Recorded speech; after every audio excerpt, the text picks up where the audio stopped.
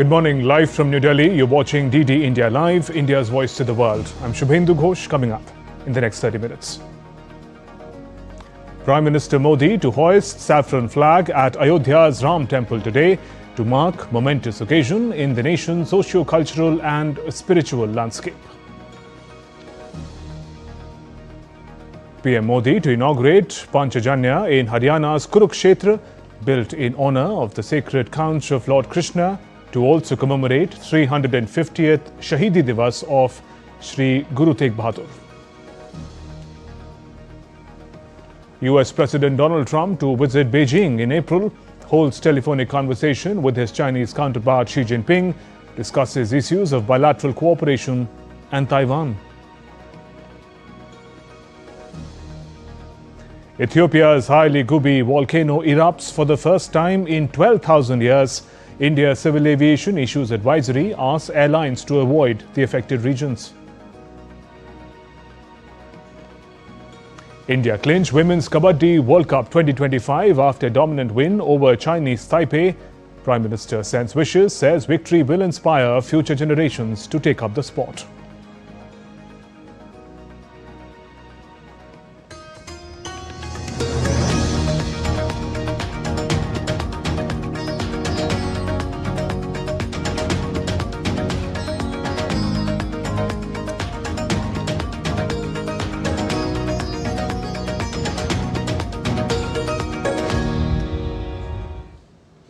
Ayodhya once again stands on the threshold of a grand celebration. Preparations at the birthplace of Lord Ram are at their peak.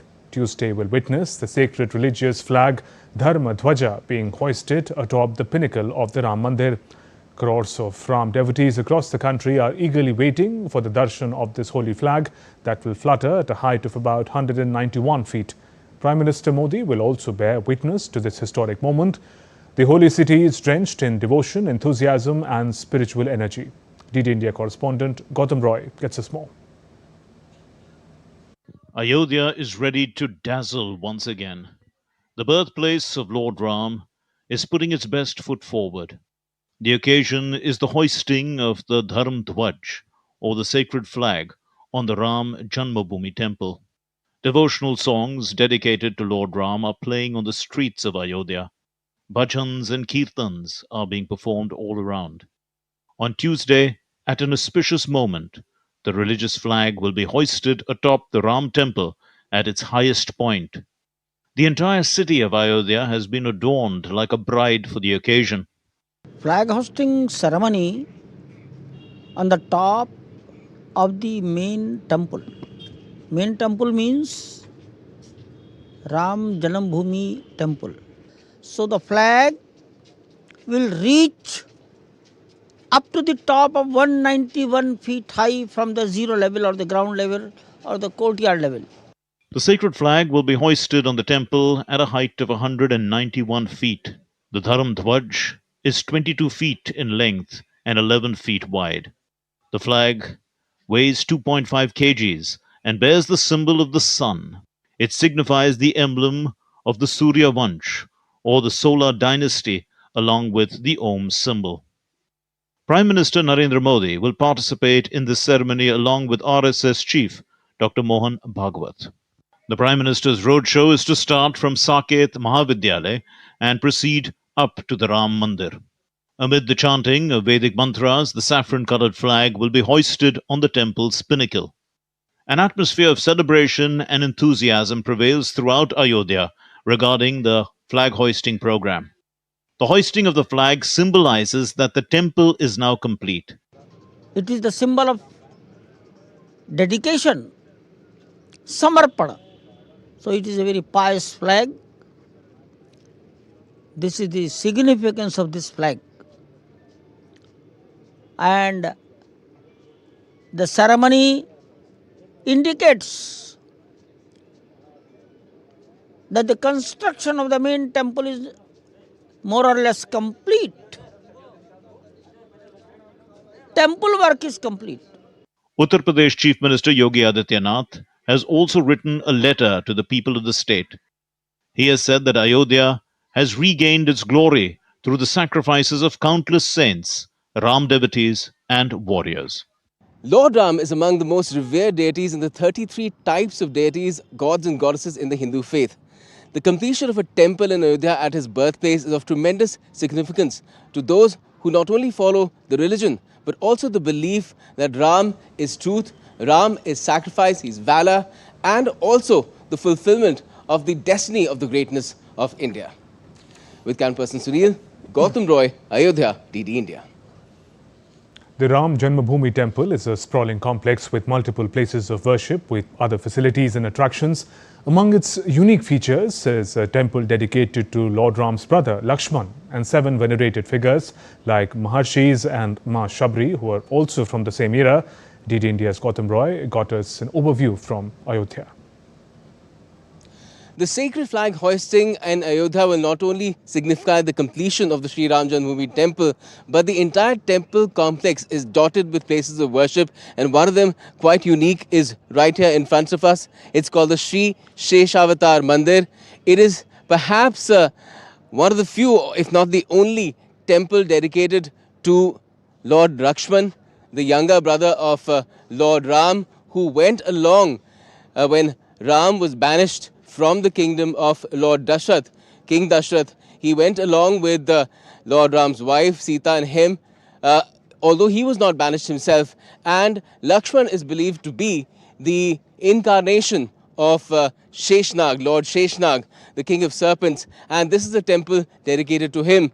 And further to the south, there is Sapta Mandir as well, which is about all the people who were there in the time of Lord Ram himself. They were Maharshis, and there were revered figures like Devi Ahilya and Ma Shabri as well. And also we had other people associated with him. There are temples dedicated to them here as well. And they will serve as, well, global attractions for people to again come and visit this temple complex, one of the most revered Hindu places, destinations of worship in the world. With camera person Sunil, this is Gautam Roy in Ayodhya for DD India. The Ram Janmabhoomi temple is replete with beautiful idols of several gods and goddesses and other revered saints and other figures in the Hindu pantheon. Gautam Roy spoke to one of the sculptors involved in the divine work to find out how it feels to be at the juncture when the temple has reached completion. One of the arresting, indeed, very, very standout feature of this Ram Janmabhoomi temple in Ayodhya, which has multiple temples really, is the idols which extremely captivate all the devotees and visitors here. And we have a set of people with us, two of them, father and son, in fact, duo, who have made a lot of these idols. We have with us Prashant Pandey and his father, Satyaprakash Pandey. Thank you for speaking to DD. Just Satyanarayan Pandey, I'm sorry, thank you. Could you tell us how did this come about that you were involved in this project to the extent that you've been? Tell us about that as well. Yeah, first of all, Jai Shri Ram to everyone.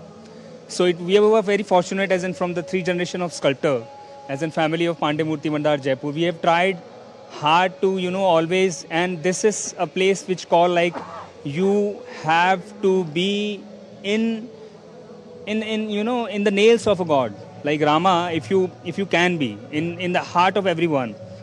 So we started this journey from, starting from the Ram Lala. We are the among 3 artists who made the Ram Lala. We have made it in white. And then the steps, if you see the entering in the temple, if you entering in the temple, you will see the 2 elephants, 2 lions, and Garud Dwar, Singh Dwar at the entrance. At the main entrance, you'll see the Ganpati. We call it Ganesh pole. Then you go inside at the ground floor. If you see the left and right, you'll see the Ganeshji and Hanumanji over there with the Jai Vijay panel. And then you go to the first floor. Then you'll see the Ram Darbar, which is made by us. And we have done this work in Jaipur in 9 months. So there you will see the Rama, Sita and Hanumana in Das Roop, and the Bharatji in Das Roop, and Lakshmana and Shatrughan at the back. And over there also you'll see at Dwarpal at the first floor. Then you go to the Parkota. You'll start from Ganpati, Hanumanji, Durga Ma, Surya Bhagwan, Annapurna Ma, also made by Pandey Murti Bhandar in Jaipur. Then if you go to Saptrishi Mandap, Sapt Mandap, then you'll see over there the Rishi Valmiki, Vasisht, Vikramaditya, Ahilya, Sabrima and Nishad Raj over there. So we have tried to give our soul, our effort and experience what we can do. So if you go and have a darshan, if you feel that the God, the Bhagwan and the sons all are talking to you, we feel that our role is over.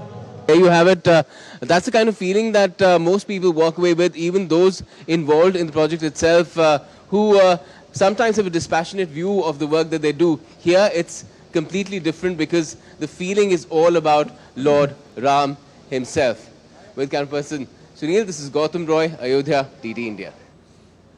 And after wrapping up his schedule for Ayodhya, Prime Minister Modi will visit Kurukshetra, a city and district in the Indian state of Haryana, where he will inaugurate the new Panchayatna monument, visit the Mahabharat Anubhav Kendra and attend a special event marking 350th Shahidi Divas of Guru Tegh Bahadur Ji, where he'll release a commemorative coin and stamp. Security is heightened with over 5,000 police personnel ensuring smooth and safe event. DD India correspondent Siddharth Bharadwaj reports. As Kurukshetra celebrates the International Gita Mahotsav, the city is fully geared up for Prime Minister Narendra Modi's visit. With a packed itinerary, PM Modi will inaugurate the newly constructed Panchayatna, built in honor of the sacred conch of Lord Krishna. He will then visit the Mahabharat Anubhav Kendra, an experiential center depicting significant episodes from the Mahabharata. Prime Minister Modi will also participate in a special program commemorating the 350th Shahidi Divas of Sri Guru Tegh Bahadur Ji, the revered 9th Sikh Guru. During the program, he will release a special coin and commemorative stamp marking the 350th Shahidi Divas of the revered Guru. The Government of India is observing a year-long commemoration to honor the 350th Shahidi Divas of Guru Tegh Bahadur Ji. Security has been significantly intensified across Kurukshetra, with the deployment of over 5,000 police personnel and strict crowd management measures in place. Authorities are leaving no stone unturned to ensure a smooth, safe, and well-coordinated event.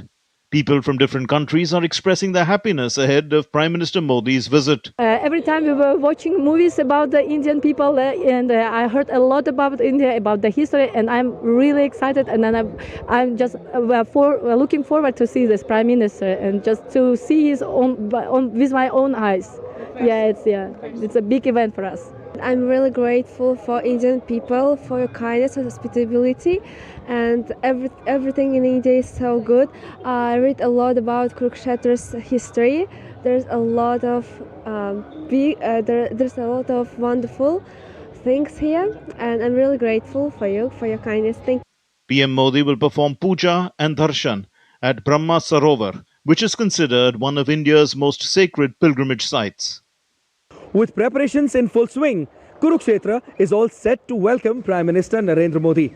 PM Modi's visit will add a fresh significance to the rich cultural and spiritual heritage of Kurukshetra. With camera person Sunil Rana, this is Siddharth Bharadwaj reporting for DD India in Kurukshetra, Haryana. Now the news: India and Bhutan, two Himalayan neighbours bound by faith, friendship and ancient cultural ties, mark another historic moment as sacred holy relics of Lord Buddha complete their special exposition in Thimphu. Union Minister for Parliamentary Affairs and Minority Affairs Kiran Rijiju is in Bhutan as part of official delegation overseeing the return of the sacred relics of Lord Buddha following their revered public exposition in the Himalayan kingdom since November 8th. As part of the occasion, both sides jointly released a booklet on 23 sacred sites linked to Guru Rinpoche, reaffirming their shared cultural and spiritual heritage. The booklet has been prepared by International Buddhist Confederation and the Ministry of Culture, Government of India, in English and translated into Dzongkha by Embassy of India in Bhutan.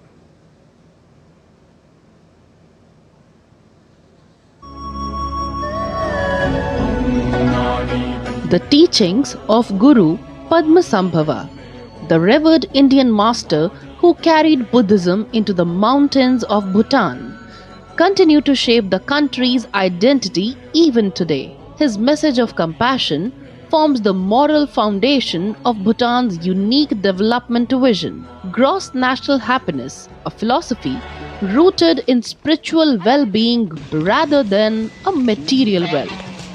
with thousands of devotees gathering each day at the Grand Hall of Tashi Dozong in Thimphu, Bhutan. This exposition has been a profound moment of spiritual unity, and now, as the exposition concludes, a special aircraft will depart from India to Bhutan to facilitate the dignified return of the holy relics. This journey is not just ceremonial, it is a continuation of India's long tradition of sharing its Buddhist heritage with the world. In recent years, India has taken holy relics for global expositions to Mongolia, Thailand, Vietnam, and even Russia, strengthening cultural diplomacy through spiritual heritage. The moment is especially significant as it follows the successful repatriation of the Piprava jewel relics earlier this year, an emotional homecoming hailed by Prime Minister Narendra Modi as the return of a priceless national treasure. In the past few years alone, India's sacred relics have travelled across continents. The Piprava relics from the National Museum were taken to Mongolia in 2022. The sacred relics of the Buddha and his two disciples, enshrined at Sachi, were displayed in Thailand in 2024. And in 2025, relics from Sarnath were taken to Vietnam for an international exposition. Each journey is a reminder of India's central place in Buddhist history and its continuing role as the custodian of one of the world's oldest spiritual traditions. As the holy relics return home once again, the message they carry remains timeless: peace, harmony, and the enduring light of the Buddha's teachings. Kriti Vadhera's report for DD India. Still to come on this edition of DD India Live. Ukraine plans to make significant changes to the US peace plan. Rapid Support Forces announce unilateral humanitarian truce in Sudan. And South Africa look to consolidate their already strong position against host India on day 4 of the second test.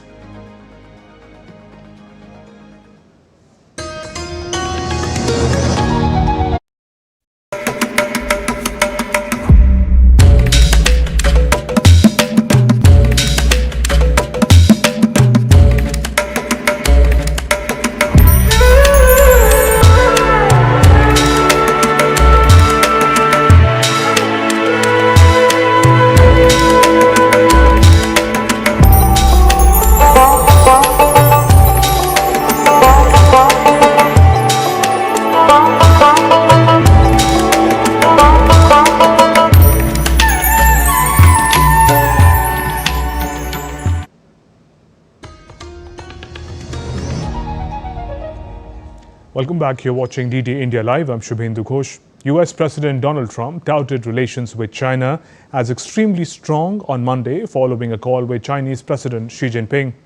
Trump said he held a very good phone call with Chinese leader, during which the leaders discussed conflict in Ukraine, fentanyl trafficking, and a deal for farmers. Trump said on social media post on Truth Social, I quote, we've done a good and a very important deal for our great farmers, and it will only get better. Our relationship with China is extremely strong. Trump also said he had accepted Xi's invitation to visit China in April, that Xi would visit the US later in the year. Trump made no mention of Taiwan in his post. The call came weeks after two leaders met in South Korea, where they agreed to a framework for trade deal that has yet to be finalized. Ukrainian President Volodymyr Zelensky said on Monday that a proposed peace plan now under discussion with the United States and Europe has incorporated correct points. After an intense period of diplomacy in Geneva, Zelensky in a nightly video said there are fewer points than 28 and many proper considerations have been taken into account in this framework. He also added sensitive issues, the most delicate points, were to be discussed with US President Donald Trump. Сьогодні наша делегація повернулась. Our delegation returned from Geneva after negotiation with the American side and European partners and now the list of necessary steps to end the war may become workable. As of now, after Geneva there are fewer points, no longer 28, and many proper elements have been incorporated into this framework. There is still a lot for all of us to work on together. It's very difficult to finalize the document, and we must do everything properly. And we appreciate that most of the world is ready to help us and that the American side is constructive. Practically all day yesterday was filled with meetings, complex, extremely detailed work. Meanwhile, a White House Press Secretary Caroline Leavitt said on Monday there is no meeting scheduled between US President Donald Trump and Ukrainian President Volodymyr Zelensky this week. So there are no plans at this moment in time. As you know, things can change very quickly around here, so we'll keep you all apprised, but there's no meeting scheduled right now.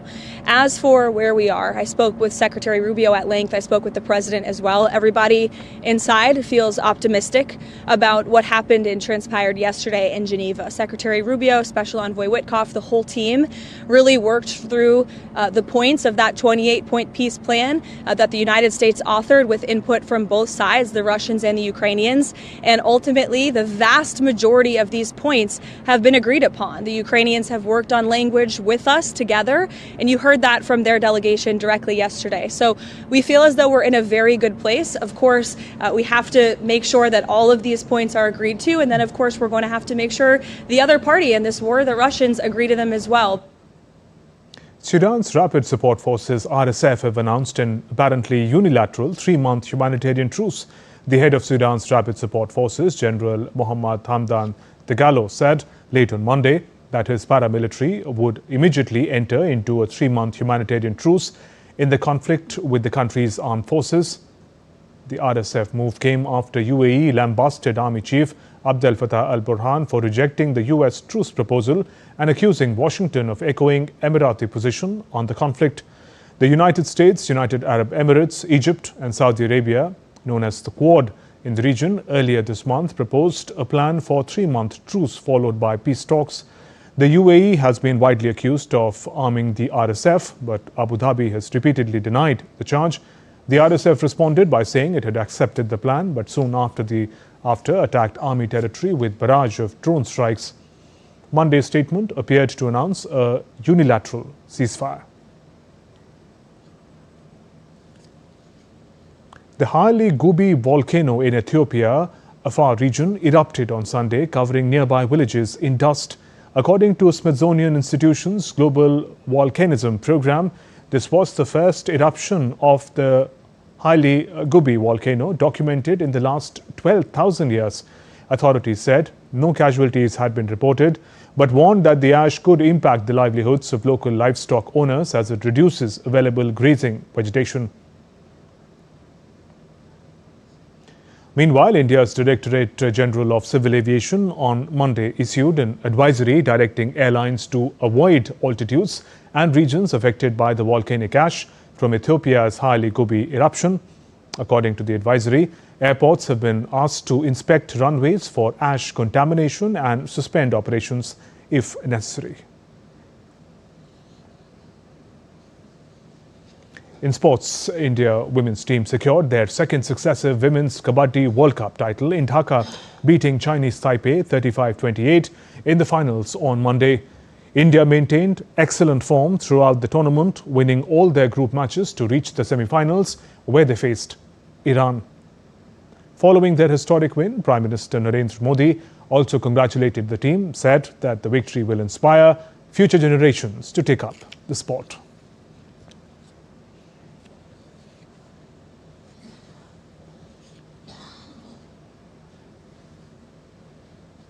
And in cricket, South Africa will look to consolidate their already strong position against the host India when day 4 of the second test and final test in Guwahati resumes. Proteas are eyeing a historic series sweep after building up a huge lead of 314 runs at the end of third day's play. They scored 26 for no loss in their second innings at the close of play. Marco Jansen ran through India's batting lineup to bowl them out for 201 runs. India suffered a dramatic batting slide from 95 for 1 to 201 all out. Jansen ended up with 6 wickets while off-spinner Simon Hammer returned with the figures of 3 for 64. South Africa, having won the first test in Kolkata by 30 runs, are now well positioned to push for a rare test series victory in India. That's all for this edition of DD India Live. Let us know your thoughts on the news of the day. For those on the go, you can get all the latest news and updates from India and across the world on DD India mobile app. This app is available on both Android and iOS. Scan the QR code on your screen and download now. We'll be back with more news as it breaks here on DD India. I'm Shubhendu Ghosh from all of us here in Delhi. Thanks for watching DD India Live. Namaskar.